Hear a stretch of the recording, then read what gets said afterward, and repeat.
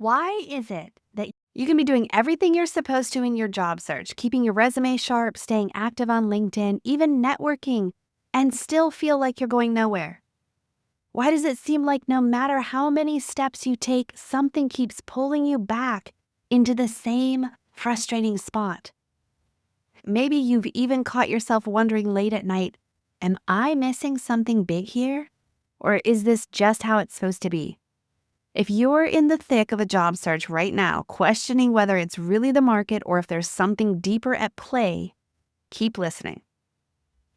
This is the Your Next Success podcast, and I'm your host, Dr. Carolyn Sangal. I'm a life-first career coach and strategist on a mission to normalize questioning your career.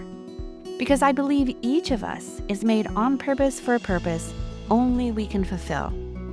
The longer we live out of alignment with who we are, what we do best, and why we're here, the more we miss out, and the more the world misses out on what only we can give. The Your Next Success podcast is where we explore how to build a career that truly fuels your life. We talk about self-discovery, smart job search strategies, professional growth, and you'll hear stories from people who've navigated big career transitions themselves. So you can see what it's really like to make bold changes and feel inspired to create your own version of authentic success. One that is aligned, meaningful, and truly yours. Today, we are talking about 6 subtle ways your job search might actually be keeping you stuck, even though it feels like you're on the right track. And first, I want to share a story with you. It is one that Napoleon Hill told in his book, Think and Grow Rich. And yeah, it's almost 100 years old, but I swear it might be more relevant now than ever. Picture this with me for a second. You are standing on the edge of a dock, and there's a big ship getting ready to pull out of the harbor. It has got a captain at the helm, a crew buzzing around, maps and charts all laid out, and they know exactly where they're going. So when they untie the ropes and they push off, there is zero hesitation. Now, barring a storm or some freak accident, that ship will arrive at its exact destination, right on time. But then there's another ship. Same harbor, same water, except this one has no captain, no crew, no map. It just drifts off wherever the tide decides to pull it. Where does it end up? Who knows? Maybe it washes up on some random shore. Maybe it crashes on the rocks. But what it's not going to do is get anywhere intentionally. And the reason I tell you this isn't to get all philosophical. It's because if you're out there in the middle of a job search right now, whether you're graduating, re-entering the workforce after a break, or you've experienced and found yourself laid off, there's a pretty good chance that your approach looks a whole lot like that second ship. And look, that is not a dig. Most people do it this way. You're out there firing off applications, maybe applying on LinkedIn, tweaking bullet points, refreshing your email inbox, and hoping maybe this time someone replies. And you tell yourself, hey, I am moving, I am doing something.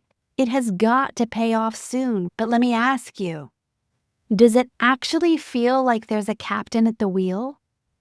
Do you have a clear chart? Or are you just hoping the wind pushes you somewhere good? Because here's what I want to promise you today. By the time we are done here, you're going to see exactly why your job search might be taking you further off course without you even realizing it. I'm going to show you 3 mistakes that you might be doing that are keeping you stuck in your job search. And more importantly, we will talk about how to shift it so that you're not just drifting, you're actually steering. You've got the map, the compass, and yeah, you're the captain. Sound good? All right. Let's keep going. Tell me if this rings true. You've got your laptop open, or let's be real, your phone, and you scroll LinkedIn, Indeed, or whatever your portal of choice is. You click on a job title, and your stomach does this tiny flip. Could this be it? And you start reading and you think, yeah, I could do this. You read the description 2 or 3 times and you try to see yourself in it. Then maybe you adjust your resume, you pull out a bullet point that matches, you swap a line, you upload, you hit submit, and for a moment, there's hope. A little spark of maybe this one. But then a few minutes, hours, or days later, nothing. Crickets. Or that cheery automated rejection email that somehow still manages to feel like a punch in the gut. Or worse, just total silence. But you get up and you dust yourself off, and then you do it again. Because that's what you've been told, right? Keep applying, keep trying, it is just a numbers game. But can I tell you something gently? If it's not working now, doing more of the same is not going to suddenly flip the switch. And that's exactly what we're going to unpack today. Mistake number 1 is believing that the more applications you send out, the more chances that you'll have. Now, it feels like common sense, right? Everyone says it. Keep applying, keep putting yourself out there, and eventually something has to stick. Especially if you're analytical and results focused, it seems obvious that increasing the number of submissions will increase your odds. What I see over and over, though, is something very different. Because volume by itself does not create the momentum people expect. Real traction happens when your energy and focus go into clarity, into understanding exactly what problems you solve best and targeting where those problems actually exist. A scattered approach often leads to scattered results. I worked with a chemical engineer who applied to 47 roles in 3 weeks. She cast such a wide net, thinking that if she showed she was open to a lot of different opportunities, then she would land something faster. But the reality is, nothing moved. Then we slowed everything down, and she got clear on what kinds of projects lit her up and how her natural abilities lined up with those roles. The next month, she sent out just 5 applications, and that focus turned into 3 callbacks and 2 on-sites. It changed everything. So think about it. Are the people landing the best roles usually the ones who flood the market with applications? Or is it often the people who zero in on where they can create the most value and make it unmistakable how they fit? Imagine you're fishing and you're on a boat with a single fishing line, but you drop it in a spot where you know the fish gather. That line matters more than 50 lines dropped randomly all over the ocean. Intentional effort almost always outperforms random effort. That is why clarity is so powerful. When you take the time to identify exactly what problems you want to solve, then you position your resume and LinkedIn around that story, every application becomes a strong signal. You're not hoping someone will sort through your experience and guess and figure out where you fit. You are already showing them. And that makes decisions easier for them and more fulfilling for you. Imagine sending out fewer applications knowing each one is a direct match. You can almost feel the relief of no longer playing the numbers game. It's a quiet confidence that comes from knowing your path and seeing your effort actually pay off.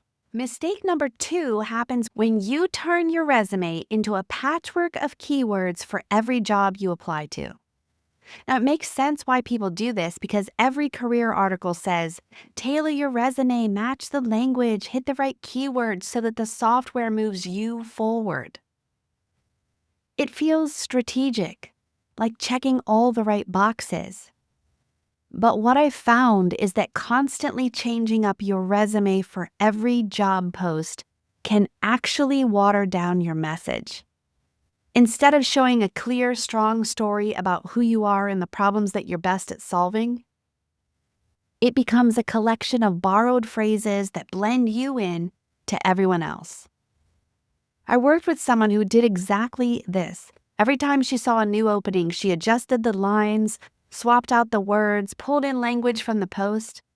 But her resume became an echo of each job description rather than a statement of her own unique value.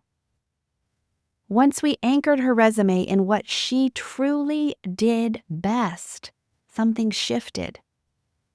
Employers no longer had to decide who she was anymore.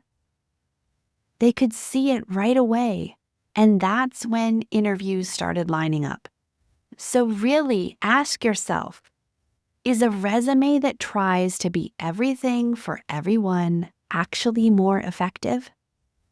Or does a resume that speaks consistently about your strongest contributions build more trust and pull in the right roles to you? It's like trying to grow a garden by planting a handful of every type of seed in random places. Nothing gets the consistent care it needs, so nothing thrives. When you plant the same kind of seed in the right soil, you give it a real chance to take root and flourish.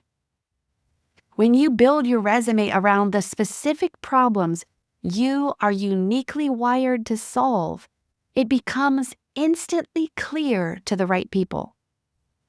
They don't have to wonder what you'd do there or how you'd fit.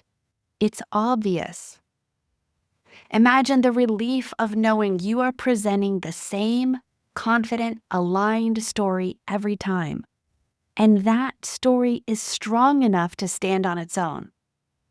It becomes easier for the right opportunities to say yes because you've already shown them why. Mistake number 3 is expecting your work to speak for itself and naturally bring the right opportunities to you. I completely understand why this is a common belief because you have worked hard, delivered results, built a solid track record, and maybe even gathered glowing endorsements on your LinkedIn. It feels fair to think that by staying focused on doing excellent work, the right people will notice.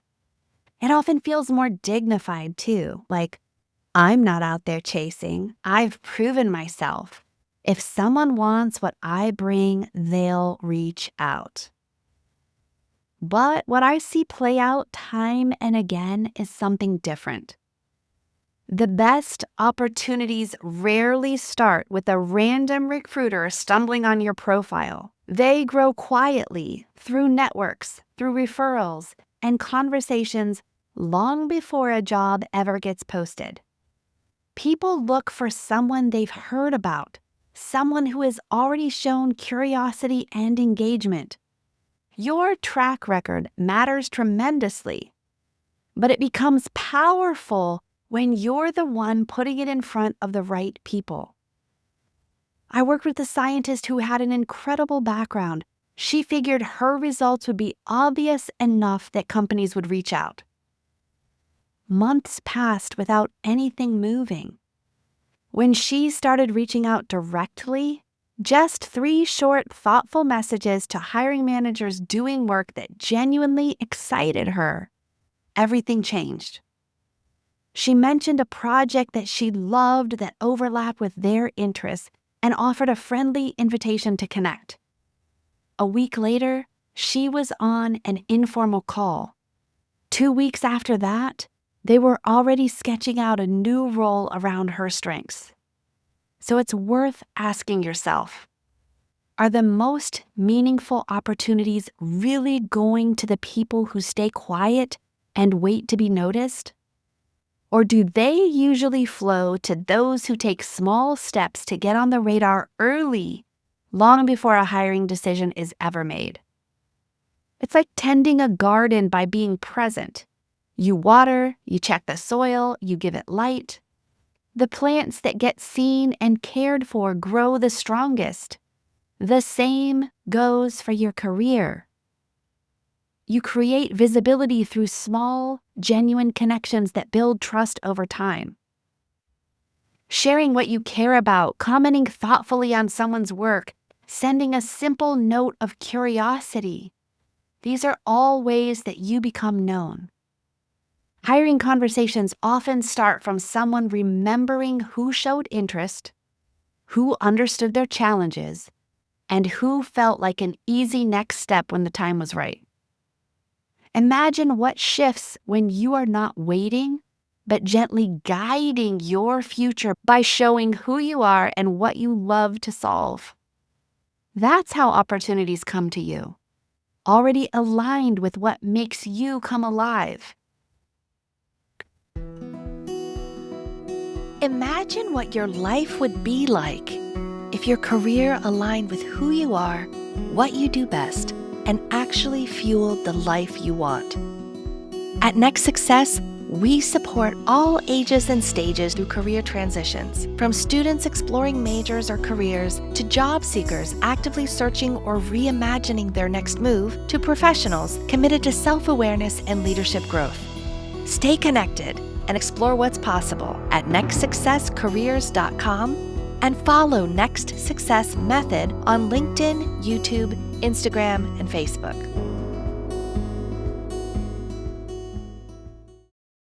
Today, we're talking about subtle ways your job search might actually be keeping you stuck, even though from the outside it looks like you're doing everything right. And I want to share a story that you've probably heard because it's one of those timeless truths that hits even harder when you're in a season like this. Stephen Covey, in The 7 Habits of Highly Effective People, said people spend their whole lives climbing the ladder of success, only to reach the top and realize the ladder was leaning against the wrong wall. Think about that for a second. You can be putting in all the hours, taking all the courses, doing everything you believe should get you ahead, and still end up somewhere that doesn't actually fit you at all. Somewhere that feels draining, small, misaligned, even though it's technically success. I see this all the time in career transitions. Smart, driven people keep pushing, climbing faster, working harder, hoping that the effort will eventually pay off. But they never stop to check if the ladder is even on the right wall. And that's exactly what we're going to unpack. You will see why some of these patterns might be quietly holding you back, and you'll know exactly how to start shifting them, so that you are not just climbing by habit, hoping it leads somewhere good. You're actually choosing the wall on purpose, with your ladder steady against something that fits the life and work you truly want. So mistake number 4 is treating your LinkedIn profile like a digital business card, instead of what it can truly be, a magnet. Most people spend hours tweaking their LinkedIn. They update their headline, maybe swap in a new banner, rewrite the about section to sound a little more human. It feels productive, like you're putting your best foot forward. But the truth is, if your profile still mostly reads like a list of duties or a string of safe corporate buzzwords, words like results-oriented or cross-functional leader, it blends right in. LinkedIn is so much more than an online resume. It is your positioning statement. It's where you get to broadcast. If you have this problem, I'm your person. When you keep it generic, sure, it feels safe, but it also means that you fade into the noise. Specifics are what makes people stop scrolling. Being clear about what you solve repels the wrong roles and draws the right ones to you. I had a client who was a senior project manager. Her old headline was something like, passionate about growth and operational excellence.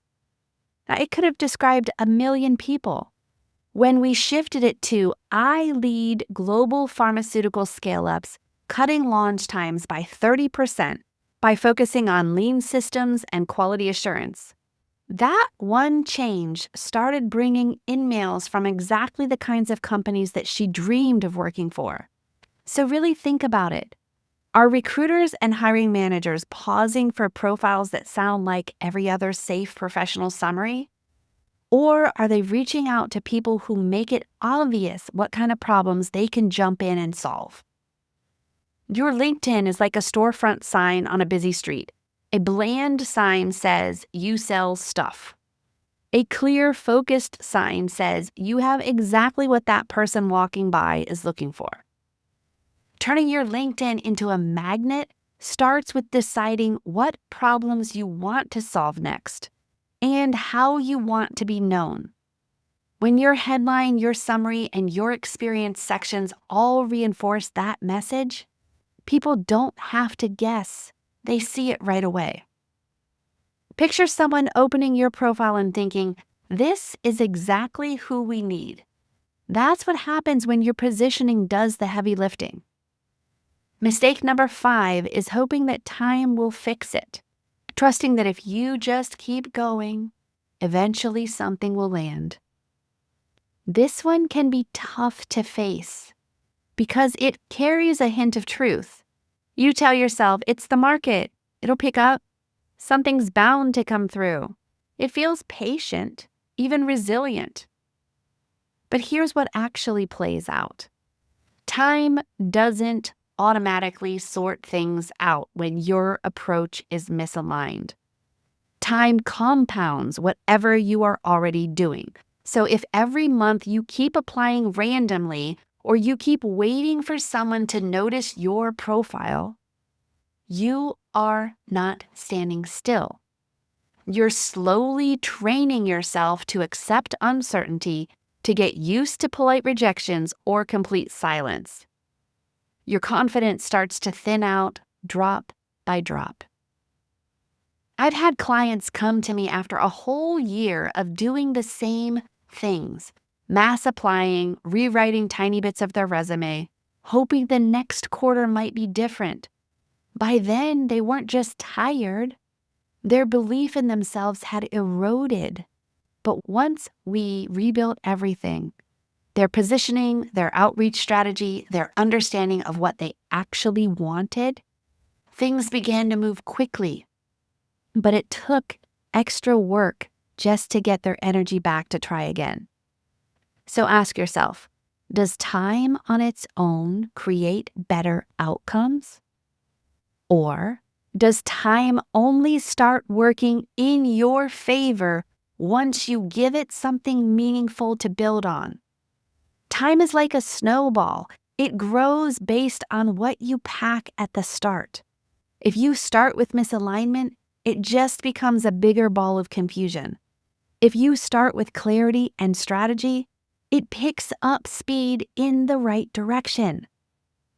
Time starts working for you when you give it a foundation, a clear resume, a LinkedIn profile that positions you for what's next, targeted applications, and warm conversations that build momentum.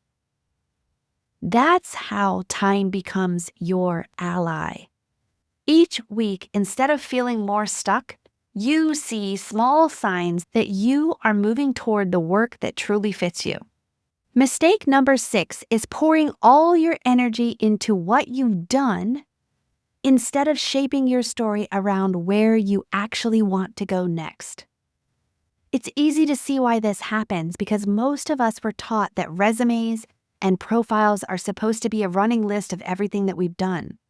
So we stack up job descriptions, achievements, responsibilities, certifications. It feels like that's what gives us credibility. That if we show enough past success, someone will figure out where we fit. But what I've seen over and over is that employers hire forward. They look at where you're pointing, not just where you've been. When your entire narrative is anchored only in the past, it leaves hiring managers trying to guess what problems you want to solve next. And many simply move on to the person who makes that crystal clear.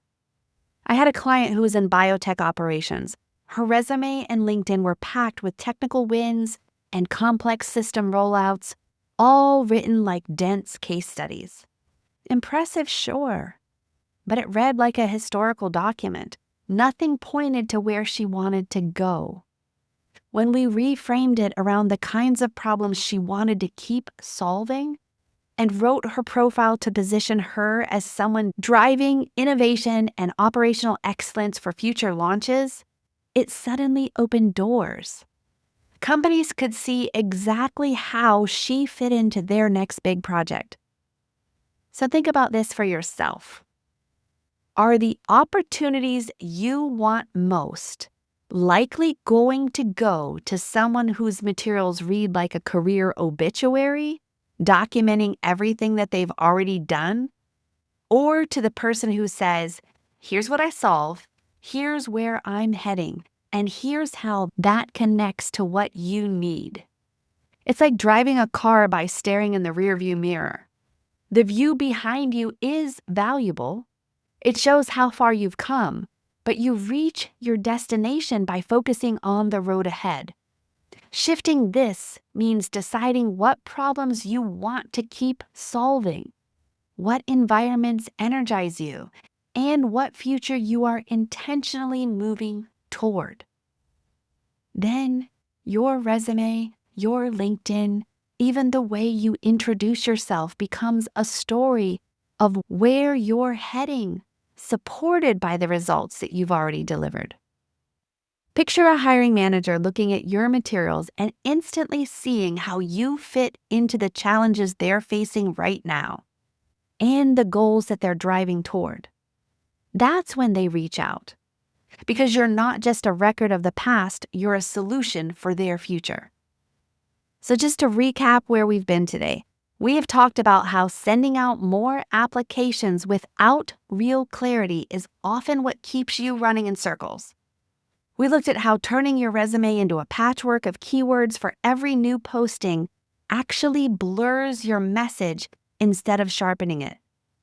And we explored how expecting your work to speak for itself leaves you quietly overlooked when real opportunities usually grow through conversations and networks long before there's ever a formal job post. So let's picture this together for a second. Imagine just a few weeks from now, your LinkedIn doesn't just look nice, it actually does work for you.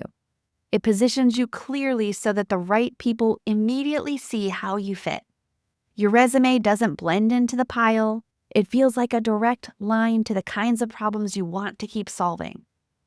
You're not sitting back hoping time will sort it out. You've given time something to compound. Each week, you are seeing small signals, maybe a warm reply to a thoughtful message, or an introduction to someone that you've genuinely admired.